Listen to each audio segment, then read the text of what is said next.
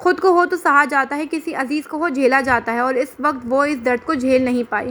عیسیٰ کے گرد کئی لوگ جمع ہونے لگے۔ اپنی بندوقیں نیچے پھینکو، اس کے اگلے حکم پہ بہرام نے ہاتھ میں پکڑی دوسری بندوق نیچے پھینک دی تھی۔ باقی سب کو اب وہ چیخ چیخ کر بندوق نیچے کرنے کو کہہ رہا تھا۔ اب تم سب ایک طرف ہو جاؤ، میں اور میرے دوست یہاں سے نکل جائیں گے اور تم لوگوں میں سے کوئی مزاحمت نہیں کرے گا۔ شادان نے کہتے ہوئے اپنے پیر سے عیسیٰ کی چھوڑی ہوئی پستول سلطان کی طرف بڑھائی۔ وہ اپنے عقب میں کھڑے لوگوں کی پرواہ کیے بغیر جھک کر فوراً پستول اٹھا گیا تھا۔ اس کے پستول اٹھانے کی دیر تھی اور اس کے عقب میں کھڑے دونوں مردوں نے ہاتھ اٹھا لیے۔ سلطان نے ان میں سے ایک کو پستول کے اشارے سے آگے کیا۔ موجمے میں سے کسی نے اندھا فائر کھولا تھا۔ بجلی کی سی تیزی سے سلطان اپنے ساتھ کھڑی زخرف اور ایک آدمی کو لیے جھک گیا۔ ان کے ساتھ کھڑے دوسرے آدمی کے بازو پہ 3 گولیاں لگیں۔ وہ تینوں گولیوں کے درد سے تڑپتے نیچے جھک گئے۔ برف سفید نہیں رہی تھی، وہ خون سے بھرنے لگی تھی۔ موجمے میں بے چینی بڑھنے لگی۔ شادان نے جوابی وار میں حنظلہ پہ گرفت سخت کی تھی، وہ گرفت جیسے بہرام کی گردن پہ سخت ہوئی تھی۔ لعنت تمہاری شکل پہ ملعون انسان! بہرام فائر کرنے والے پہ چیخا تھا، ساتھ پیچھے مڑ کے اس کے منہ پہ 2 مکے دے مارے۔ دیکھتے ہی دیکھتے وہ بڑا سا میدان جہاں سفید برف تھی اب 2 لوگوں کے خون سے بھرنے لگا تھا۔ بہرام کے ہاتھ سے سب کچھ پھسل گیا تھا۔ سلطان نے سیدھے ہوتے ہی اپنے ساتھ جھکنے والے لڑکے کے اوپر بندوق تان دی تھی۔ بہرام خان کو جیسے حالات واقعی اپنے ہاتھوں سے نکلتے محسوس ہونے لگے۔ وہ بے بسی سے ان لوگوں کو دیکھ رہا تھا جو ایک لمحے میں پاسا پلٹ چکے تھے۔ شادان اور سلطان اب کمر جوڑے ہوئے تھے۔ حسن اور زبرج اپنی جگہ سے انہیں دیکھ کر ان حالات میں بھی مسکرائے۔ وہ ساتھ ہوں تو انہیں کوئی نہیں توڑ سکتا تھا۔ تم سب ادھر آؤ گے، اس گھر میں سب کے سب۔ سلطان گلی کے اختتام پہ بنے ایک گھر کی طرف اشارہ کر رہا تھا جس کے آگے یہ میدان تھا۔ وہ 15 سے 20 مرد اس فضائیہ سے انہیں دیکھ رہے تھے جیسے وہ مر کر بھی ان کا حکم نہیں ماننے والے تھے۔ اگر میں اپنے دوسرے سالے کو بھی گولی ماروں تو ہمارے رشتے میں کوئی مسئلہ تو نہیں ہوگا؟ شادان حنظلہ کے کان کے پاس جھکا۔ اس سے پہلے وہ کچھ کہتی سلطان بہرام کے بازو کا نشانہ لے چکا تھا۔ گولی اس کے بازو کو چھو کر گزری اور وہ گھٹنوں کے بل گرا۔ وہ لیڈر تھا، اس کے ساتھ گرنے والے کئی حوصلے بھی تھے۔ میں تمہارے مسئلے باخوشی اپنے سر لینا پسند کروں گا، سلطان فائر کرتے ہوئے سکون سے بولا۔ بہرام کے گرتے ہی حسن نے جھک کر اس کی پستول اٹھائی اور موجمے کی طرف تان لی۔ زبرج زخرف کی طرف بھاگا تھا اور اس کا ہاتھ پکڑ کر وہ بھی سلطان اور شادان کے ساتھ آ کر کھڑا ہوا۔ 4 لوگ ایک ساتھ، پانچوں ان کے سامنے۔ خاندان مکمل تھا، اسے مکمل ہونا ہی تھا۔ حسن سلطان کی پستول پہ گرفت ڈھیلی تھی، اس کے ہاتھ کپکپا رہے تھے مگر وہ اپنے دوستوں کی طرف پشت کیے بندوق دشمنوں کی طرف تانے ہوئے تھا۔ اس نے آج تک یوں کسی پہ پستول نہیں تانی تھی۔ بہرام نے انہیں جھکنے کو کہا، ہتھیار چھوڑنے اور اس گھر کی طرف جانے کو کہا۔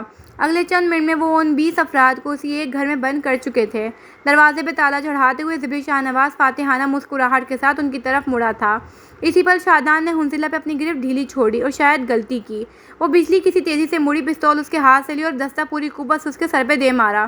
شادان پوری شدت سے کر رہا تھا، خون فوارے کی مانند اس کے ماتھے سے نکلا تھا۔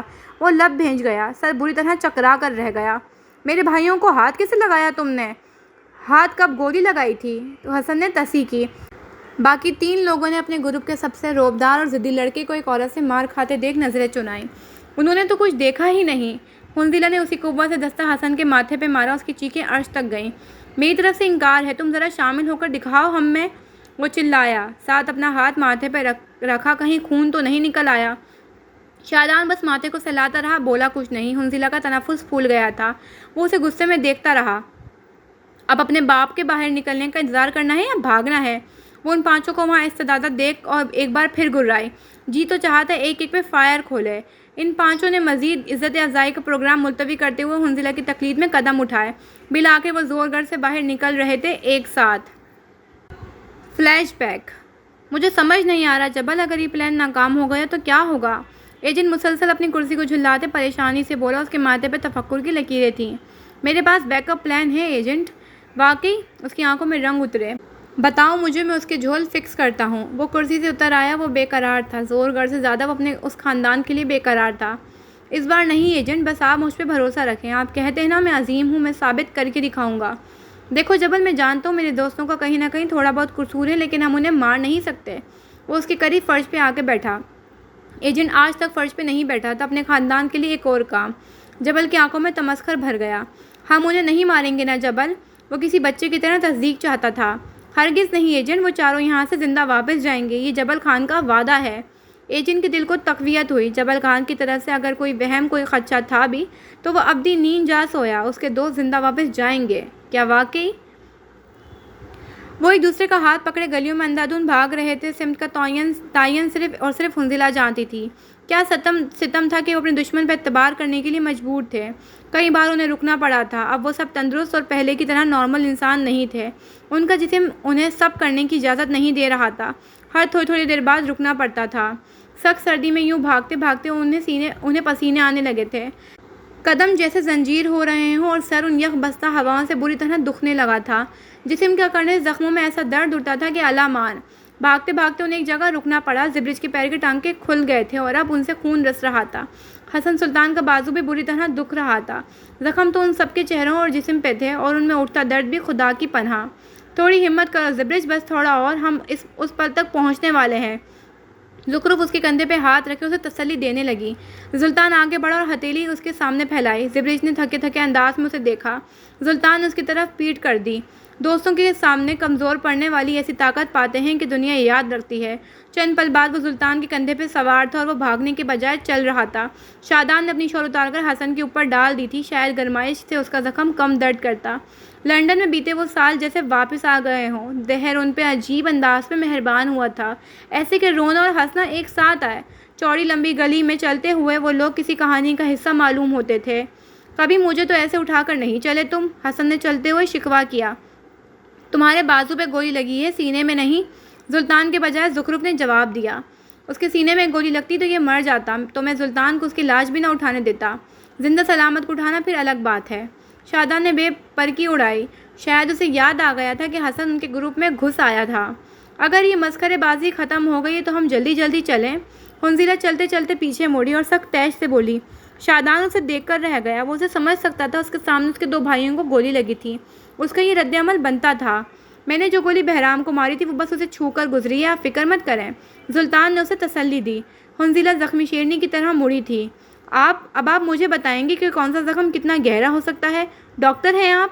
نیم حکیم، آخر میں وہ تڑک کر بولی۔ شادان نے بے چارگی سے سلطان کو دیکھا اور باقی سب نے شادان کو ترہم سے۔ اس کا تو زندگی بھر کا معاملہ تھا۔ حسن کمینی نظروں سے اسے دیکھتے اس کے پاس سے گزرا، جان کر کندھا شادان کے کندھے سے ٹکرایا۔ میر تقی میر لکھتے ہیں، میاں یہ عاشق کی عزت بگاڑ دیتی ہے۔ شادان کا دل چاہتا وہ اس آدمی کی شکل بگاڑ دے، مگر اسے ضبط کرنا پڑا۔ چھید اس کی اپنی جھولی میں تھا۔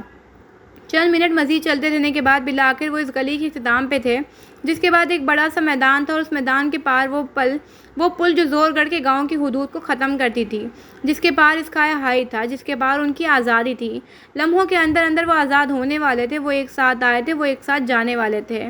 وہ میدان میں قدم رکھ چکے تھے، سب کچھ جیسے ایک خواب جیسا تھا، وہ اس قید سے نکل آئے تھے۔ وہ جہنم جیسی زندگی اپنے اختتام کو پہنچ چکی تھی۔ دہر کا وہ باب کھل رہا تھا جس کے پار وہ سب آزاد تھے، مگر نہیں، فی الحال نہیں، ابھی نہیں، ابھی کہاں۔ سلطان نے گلی کے اختتام پہ زبرج کو اپنے کندھوں سے اتار کر ایک بڑے سے پتھر پہ بٹھایا اور اپنے باقی ساتھیوں کے ساتھ آگے آیا۔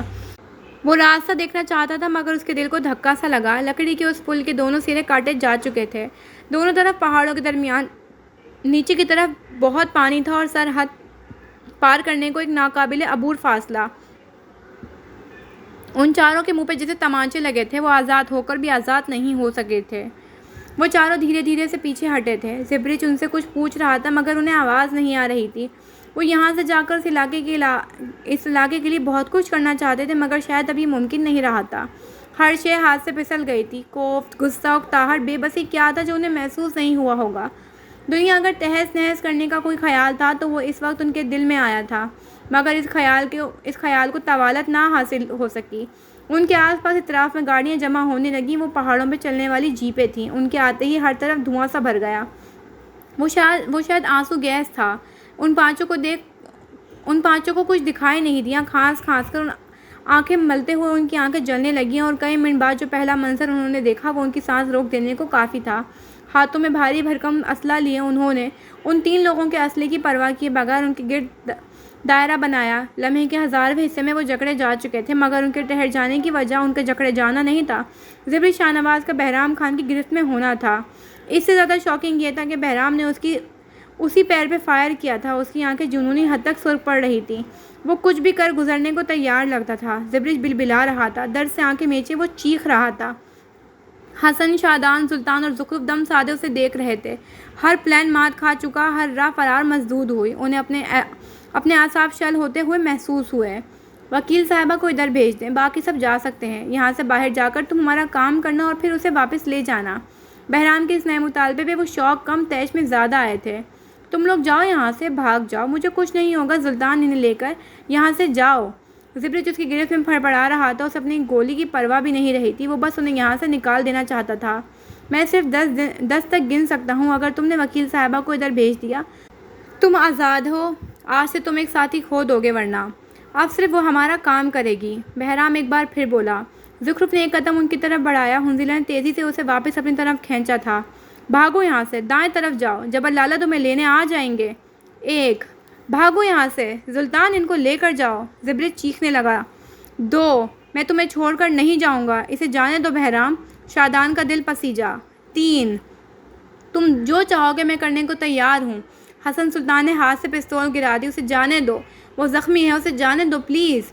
4 میری سیفٹی کی کیا گارنٹی ہے؟ زخرف کی آواز پھٹی ہوئی تھی۔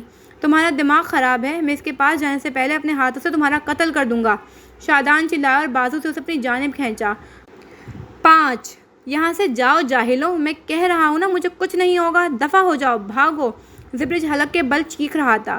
یہاں سے جاؤ، وکیل صاحبہ کو بھیجو، حنظلہ انہیں لے کر جاؤ۔ 7 جاؤ، مجھے کچھ نہیں ہوگا، میں تمہیں چھوڑ کر نہیں جا سکتا، میں یہاں رہنے کے لیے تیار ہوں، میں زخرف کی جگہ یہاں رہنے کو تیار ہوں۔ سلطان تحمل سے بولا۔ 8 آوازیں گڈ ہو رہی تھیں، چہرے مکس اپ ہو رہے تھے، شور بڑھ رہا تھا اور ماحول میں جیسے سنسنی بڑھ رہی تھی۔ سانس لینا بھی جیسے ایک اضافی کام بن گیا تھا۔ کون کہاں کیا مطالبہ کر رہا تھا، کچھ سمجھ نہیں آ رہا تھا۔ تم جاؤ زخرف، یہ مجھے کچھ نہیں کریں گے۔ زبرج جیسے بے بسی کی انتہا پہ چلایا تھا، اس کی آنکھوں میں نمی در آئی تھی۔ میں تمہیں مرنے نہیں دے سکتی۔ اس نے شادان سے ہاتھ چھڑوا کر ایک قدم اس کی طرف بڑھایا۔ میں سرنڈر کرتا ہوں۔ سلطان گھٹنوں کے بل وہیں بیٹھ گیا، ہاتھ اوپر اٹھا لیے۔ تمہیں جو چاہیے میں کرنے کو تیار ہوں، زبرج کو چھوڑ دو۔ 9 اسے چھوڑ دو پلیز، میں زور گڑھ میں رہنے کے لیے تیار ہوں، پلیز اسے مت مارو، یہ لوگ مجھے نہیں ماریں گے۔ زخرف تم جاؤ، خدا کے لیے جاؤ۔ زبرج شاہ نواز اب بھی ایک ہی بات کہہ رہا تھا، میں تمہیں مرتے ہوئے نہیں دیکھ سکتی۔ زبرج شاہ نواز کو زور گر کوئی نہیں مار سکتا۔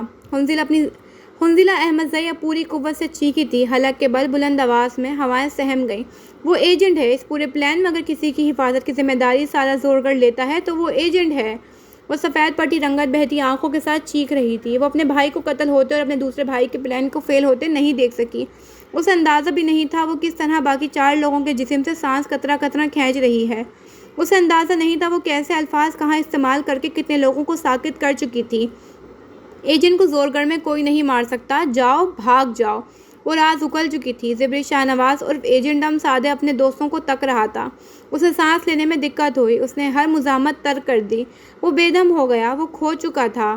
وہ کیا کھو چکا تھا یہ صرف اسے معلوم تھا۔ گھٹنوں کے بل بیٹھے سلطان کو لگا اب وہ کبھی ہل نہیں سکے گا۔ زخرف وقار کے بڑھتے قدموں میں جیسے کسی نے زنجیر ڈال دی۔ سید شادان شاہ کی نگاہیں ایک نقطے پہ ساکت ہوئیں۔ حسن سلطان نے اپنے سب سے قابل اعتبار دوست کو ایک لمحے کے اندر منحرف ہوتے دیکھا۔ وہ سب اپنی اپنی جگہ ٹھہر گئے تھے۔ زور گڑھ کی ہوائیں ساکن ہو گئیں۔ زبرج شاہ نواز کا مذمت کرتا وجود ٹھہر گیا۔ اس کے دوست، اس کا خاندان شوقی نگاہوں سے اسے تک رہا تھا۔ اسے لگا زندگی میں اس سے بڑی اذیت کوئی ہو ہی نہیں سکتی۔ ایجنٹ کو زور گڑھ میں کوئی نہیں مار سکتا، حنظلہ بڑبڑائی۔ اس سے ایک بہت بڑی غلطی ہو چکی تھی۔ او خدایا، او خدایا! اس کا چہرہ عجیب سے عجیب ہوتا گیا۔ ہر کوئی اپنی اپنی جگہ شل تھا، متحیر اور معتجب۔ بس ایک زبرج تھا جس کی آنکھوں میں کچھ کھو دینے کا خوف تھا۔ بہرام نے نہ چاہتے ہوئے اس پہ اپنی گرفت ڈھیلی چھوڑ دی۔ وہ بری طرح زمین بوس ہوا تھا۔ برف پہ گرے ہوئے اس نے نگاہیں اٹھا کر اپنے دوستوں کو دیکھا۔ وہ حیرت زدہ تھے۔ کئی لمحے، کئی ساعتیں، کئی منٹ وہاں کھڑے تمام لوگ چپ رہے، منجمد رہے۔ کئی منٹ بعد اس کی طرف بڑھنے والا پہلا قدم زخرف کا تھا۔ وہ بغیر کسی کی طرف دیکھے اس کی طرف تیز قدم اٹھا رہی تھی، مگر پھر اس نے کئی قدم اپنی اور بڑھتے دیکھے۔ وہ چاروں اس کی طرف آ رہے تھے۔ وہ منحرف تھا مگر دوست تھا، غدار تھا مگر دوست تھا۔ اسی لمحے بغیر کسی آہٹ کے، بغیر کسی فوج کے کوئی تھا جو آیا تھا، اکیلا، مضبوط، بہادر۔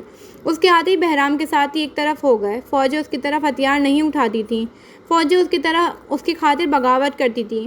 بہرام کے ساتھ کھڑے لوگ اس کی طرف ہوئے۔ وہ چاروں جب زبرج کے ارد گرد جمع اسے اٹھانے کی کوشش کر رہے تھے، اسی وقت وہ مسیحا بہرام خان کی گردن پہ پستول رکھے ہوئے تھا۔ بہرام کے ساتھ کھڑا مرید 2 قدم پیچھے ہوا اور جیب سے ایک پتلی رسی نکال کر بہرام کے ہاتھوں پہ باندھ دی۔ وہ چیخا، چلایا، پھڑپڑایا مگر بے سود۔ جبل خان کے حکم پہ ہزاروں لوگ منحرف ہو سکتے تھے اور ہزاروں ہو رہے تھے۔ جبل نے اسے دھکا دے کر برف پہ گرایا، پھر 2 قدم مزید آگے آیا۔ اپنا ایک ہاتھ زبرج کی طرف بڑھایا، وہ جسے اس کے دوست اٹھا رہے تھے۔ اس نے گہری بھوری آنکھیں اٹھا کر اپنے سامنے کھڑے مرد کو دیکھا۔ وہ سرمئی آنکھیں اسی پہ مرکوز کیے ہوئے تھا۔ ہاتھ دو میرے بھائی۔ زبرج نے ہاتھ اس کی طرف نہیں بڑھایا۔ اس نے بازوؤں کا زور اپنے دونوں دوستوں کے کندھے پہ ڈالا اور اگلے ہی لمحے وہ اسے اٹھا چکے تھے۔ اب وہ جبل کے سامنے کھڑا تھا۔ شادان اور سلطان کے کندھوں پہ اپنے بازو جمائے اور جبل کو دیکھا۔ اس کا ہاتھ پہلی بار خالی نہیں ہوا تھا۔ ونڈرلینڈ لے چلو، حکم دے کر اس نے اپنے دوستوں کی طرف دیکھا۔ وہ بغیر کچھ کہے اسے دیکھ رہے تھے۔ اس کے چہرے پہ بہت کچھ کھوج رہے تھے۔ جبل نے ہاتھ سینے پہ باندھ کر جیسے اس کے حکم کی تعمیل کی ہو۔ اب وہ آگے آگے چل رہا تھا اور لوگ پیچھے۔ بہرام کے ساتھیوں نے جبل کی طرف کوئی پیش رفت نہیں کی۔ تھوڑی دیر وہ گاڑی میں بیٹھے تھے۔ فرنٹ سیٹ پہ زبرج تھا اور ڈرائیونگ سیٹ پہ جبل خان تھا۔ ایک حقیقت تھی جو کھلی تھی اور اس ایک راز نے زبرج کے انداز میں بہت کچھ بدل دیا تھا۔ سپاٹ سا کچھ، سر سا کچھ قیادت سا، کوئی رعب سا بے اختیار اس کے اندر داخل ہو گیا تھا۔ وہ گردن سیدھی کیے بے تاثر چہرے کے ساتھ بیٹھا تھا۔ گاڑی ایک بوسیدہ سی چرچ کی عمارت کے سامنے آ کر رکی۔ جبل کی مویت میں وہ آگے آگے چلنے لگے۔ زبرج شاہ نواز منحرف تھا مگر اس کے دوست اب بھی اسے کندھوں پہ لیے ہوئے تھے۔ وہ چاہے جیسا تھا، اس کا پہلا تعارف تو دوست کا تھا نا۔ عمارت کے اندر داخل ہوتے ہوئے وہ انہیں چرچ کے ہال کی طرف لے آیا۔ ہال سے عقبی حصہ اور پھر ایک بار پھر تہخانہ۔ زرد بتیوں کے ہال میں وہ بھوری بینچز پہ آ کر بیٹھ گئے۔ زبرج نے ان کے سوال کے جواب دینے سے قبل جبل کو آواز دی۔ وہ جو داخلی دروازے کی طرف مڑ رہا تھا رک گیا، مڑ کر ان کی طرف دیکھا۔ مجھے میری کچھ چیزیں چاہیے، یہاں سے نکلنے کے لیے راستہ ٹھیک کرواؤ اور میرا لیپ ٹاپ، اور یہاں سے کوئی کہیں نہیں جا رہا زبرج۔ پورے 4 سال بعد اس نے زبرج کا نام لیا تھا۔ وہ بولتے بولتے رک گیا، اچنبھے سے اسے تکا۔ آپ سب اب میرے مہمان ہیں۔ یہاں تک آنا آپ کا پلان تھا، سیدھا صاف۔ اب میرا پلان شروع ہوتا ہے۔ وہ مسکرایا، گہری مسکراہٹ۔ پاخیر راغلے ٹو مائی ونڈرلینڈ۔ زبرج شاہ نواز بس اسے دیکھتا رہا۔ وہ جبل خان کو عظیم سمجھتا تھا۔ وہ واقعی عظیم تھا، شیطانوں کی دنیا کا سب سے عظیم شیطان۔ ونڈرلینڈ۔ 11 جنوری دوپہر 2 بجے۔ زبرج بے یقینی سے اسے دیکھ رہا تھا جس نے 4 سال اس کا حکم کسی معتقد مرید کی طرح مانا تھا، جو عقیدت سے اسے یوں دیکھتا تھا جیسے کوئی اپنے کسی بزرگ کو دیکھتا ہو۔ وہ اس سے ایسی محبت کرتا تھا جیسے کوئی اپنے خاندان سے کرتا ہو، اور وہ خاندان ہی تھا۔ زبرج شاہ نواز درانی جبل خان احمد زئی کا خالہ زاد اور دور شریک بھائی تھا۔ وہ 13 سال کی عمر تک زور گڑھ میں رہا تھا، یہیں کھایا پیا، بڑا ہوا، یہیں کھیلا، دوست بنایا، زندگی کو جیا۔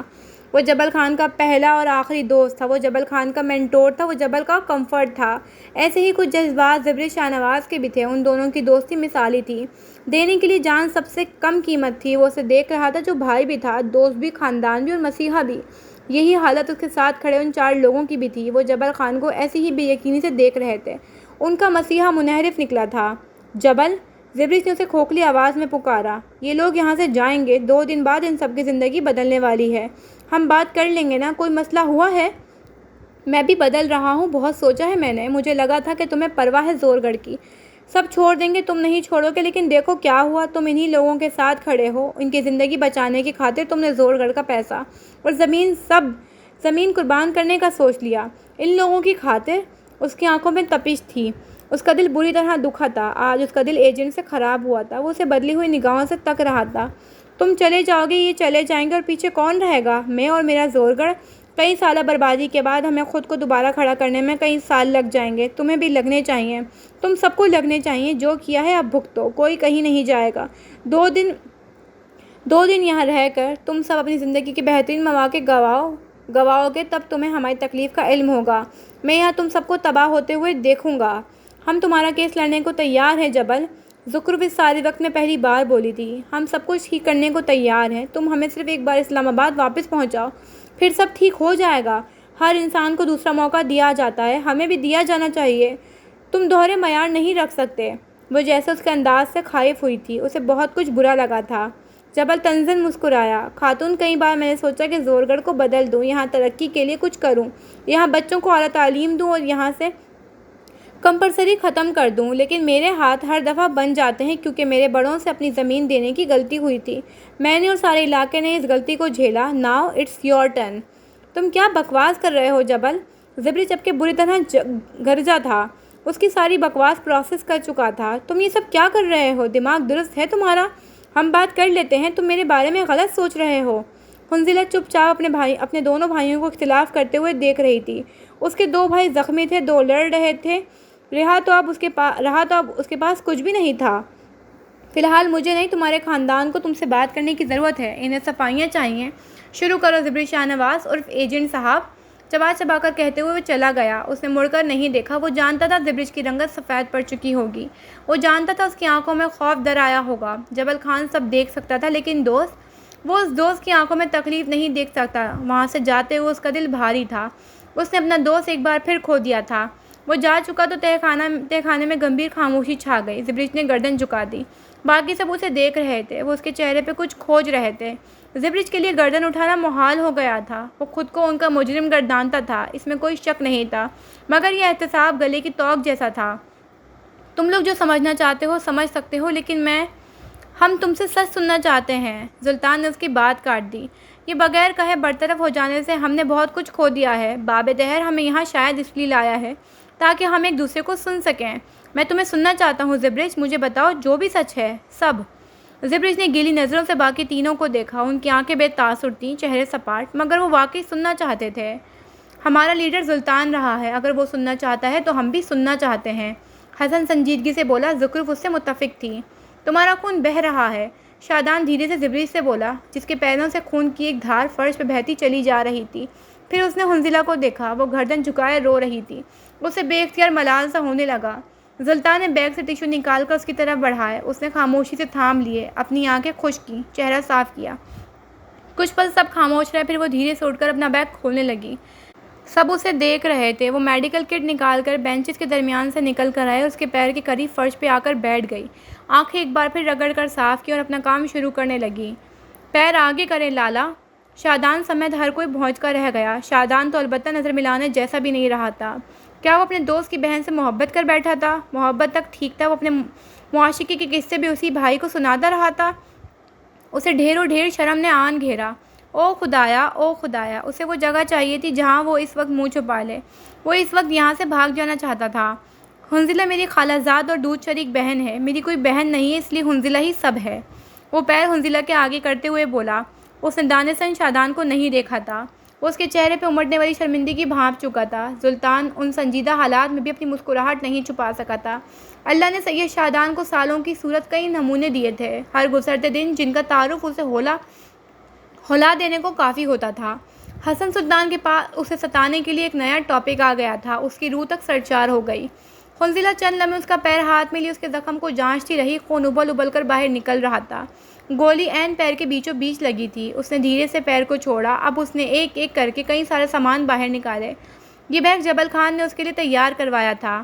آپ کو دعوت دینی پڑے گی۔ اس نے گردن اٹھا کر سلطان کو دیکھا، وہ اس کا نرس تھا، ان پیڈ، غیر پروفیشنل، مگر تھا تو صحیح۔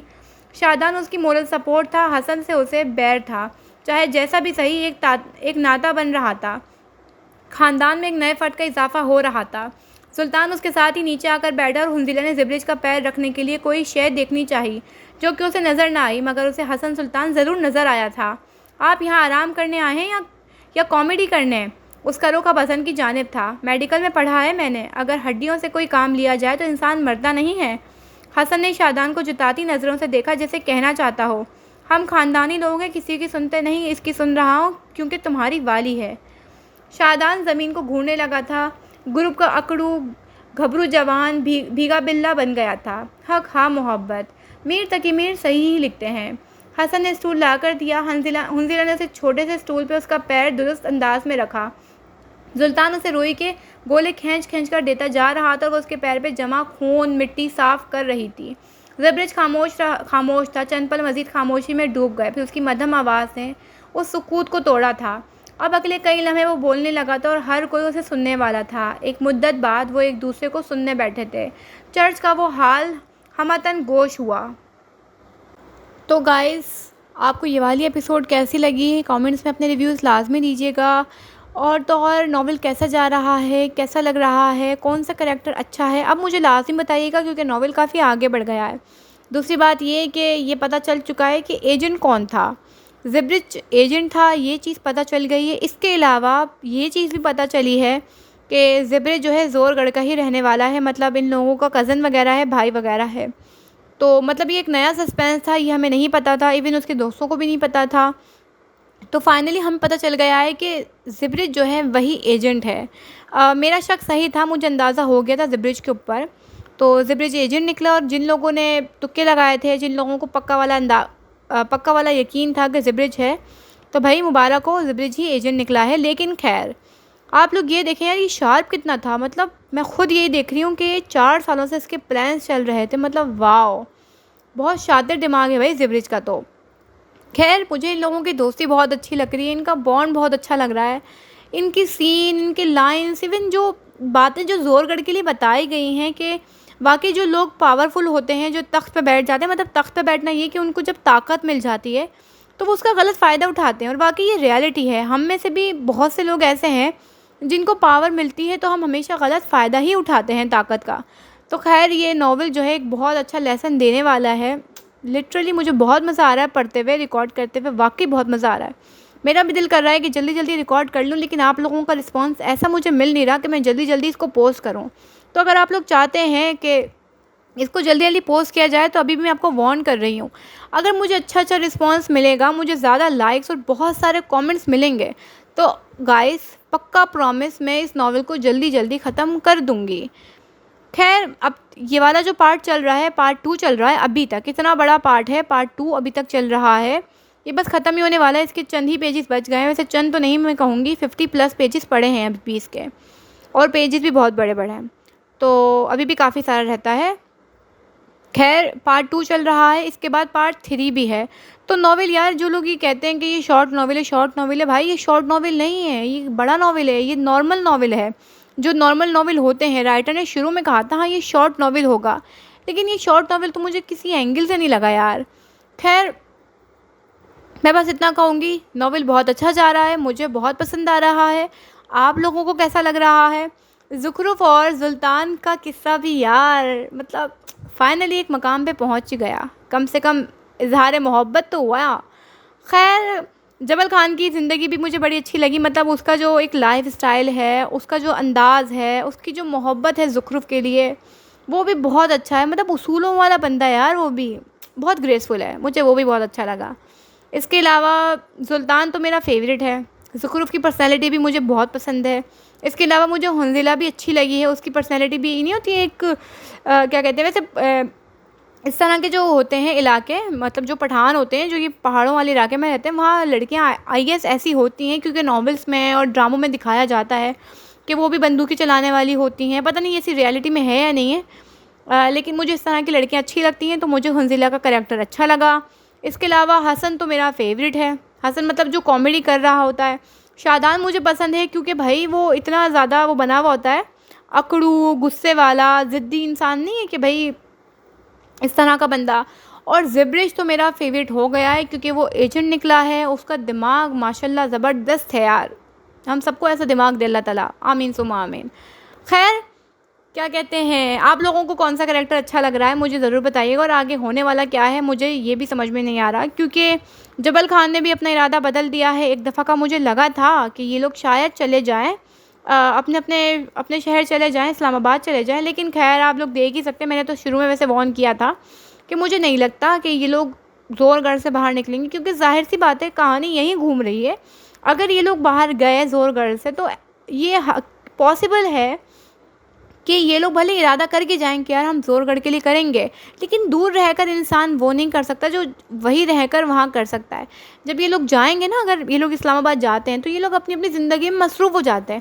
زخرف اپنی شادی کے معاملات کو نمٹا رہی ہوتی، اور جو کیا کہتے ہیں سلطان ہے وہ کر رہا ہوتا، جو اس کی مطلب اس کے الیکشنز وغیرہ تھے، نامزدگی کاغذات جو تھے وہ کرنے لگ جاتا، ان چکر میں لگ جاتا، اور وہ یونیسیف کے معاملات میں لگ جاتا زبرج۔ خیر، زبرج تو یہیں کہیں ہے، باقی شادان بھی کہیں نہ کہیں، کیونکہ ظاہر ہے آپ اتنے ٹائم سے غائب ہوتے ہو، پھر آپ کو سوال جواب دینے پڑتے ہیں لوگوں کے، میٹنگز وغیرہ ہو رہی ہوتی ہیں، آپ کے گھر والے آپ سے پوچھ رہے ہوتے ہیں، اور لوگوں کا جمع غفیر ہوتا ہے آپ کے گھر پر، کیونکہ ظاہر سی بات ہے وہ لوگ سیلیبریٹی تھے، جب وہ ایک دم سے کم بیک کریں گے تو ان کو رش تو ملے گا ہی نا، ان کو تو لوگ گھیریں گے ہی۔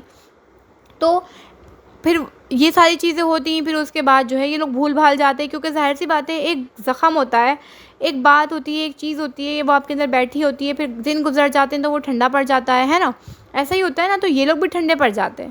تو میں اس چیز میں یہی چیز چاہتی تھی کہ یہ لوگ زور کر رہے ہیں اور ان کے لیے ان کا معاملہ حل کروائیں۔ ٹھیک ہے، یہ لوگ خود سے زیادہ نہیں کر سکتے، مطلب ظاہر سی بات ہے ملک کا پورا کنٹرول ان کے ہاتھ میں تھوڑی ہے، لیکن جتنی کوشش وہ کر سکتے ہیں ایٹ لیسٹ وہ تو وہ کریں نا۔ تو میں یہی چیز چاہتی تھی۔ اب لیٹ سی کیا ہوتا ہے کیا نہیں ہوتا۔ جبل خان، بہرام خان، یہ سارے الٹے دماغ کے خان ہیں۔ اب let see what will happen. باقی ناول بہت اچھا جا رہا ہے، انشاءاللہ آگے بھی اچھا جائے گا۔ مہر النساء ویسے بھی بہت اچھی رائٹر ہیں، بہت اچھا لکھتی ہیں، بہت مزہ آتا ہے، میں بہت کمفرٹیبل ہو کر ان کے ناولز پڑھتی ہوں۔ آئی ہوپ آپ لوگوں کو بھی ناول پسند آ رہا ہوگا۔ اور کیا کہوں، کافی دنوں سے آپ لوگوں سے ریویوز شیئر نہیں کرے، تو میں سوچ رہی تھی کہ چلو تھوڑی باتیں ہی کر لیتے ہیں۔ باقی آپ لوگوں کے کامنٹس میں پڑھتی رہتی ہوں، انشاءاللہ کسی دن کامنٹس کو بھی اپن ڈسکس کریں گے ناول کے اندر ہی، مطلب ناول کے اینڈ میں ہی آپ لوگوں کے کامنٹس بھی ڈسکس کروں گی۔ اگر مجھے اچھے کامنٹس ملے تو آپ لوگوں کے کامنٹس کو بھی میں ڈسکس کروں گی۔ اس کے علاوہ نیکسٹ ناول کی سجیشن دیں کہ نیکسٹ ناول کون سا اسٹارٹ کروں، لیکن کوئی اچھا ناول بتائیے گا، پرانے ناولس مت بتائیے گا کہ پرانا ناول یہ والا فلاں اسٹارٹ کر دیں۔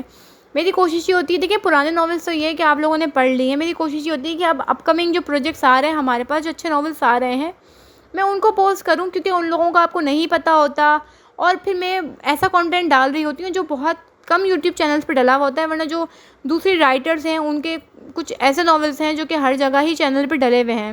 تو آپ لوگوں کو نیکسٹ ناول کون سا چاہیے جس کے کامنٹ زیادہ ہوں گے، جس ناول کو ووٹ زیادہ ملیں گے؟ ویسے تو میں نے سوچا ہوا ہے کہ مجھے ڈالنا کون سا ہے، لیکن چلیں جس کو زیادہ کامنٹ ملیں گے اس کو بھی میں شروع کروں گی۔ ٹھیک ہے، تو اپنے ریویوز شیئر کیجیے گا، اپنا بہت سارا خیال رکھیے گا، دعاؤں میں یاد رکھیے گا۔ انشاءاللہ اگلی ایپیسوڈ میں ملاقات ہوگی، تب تک کے لیے اللہ حافظ۔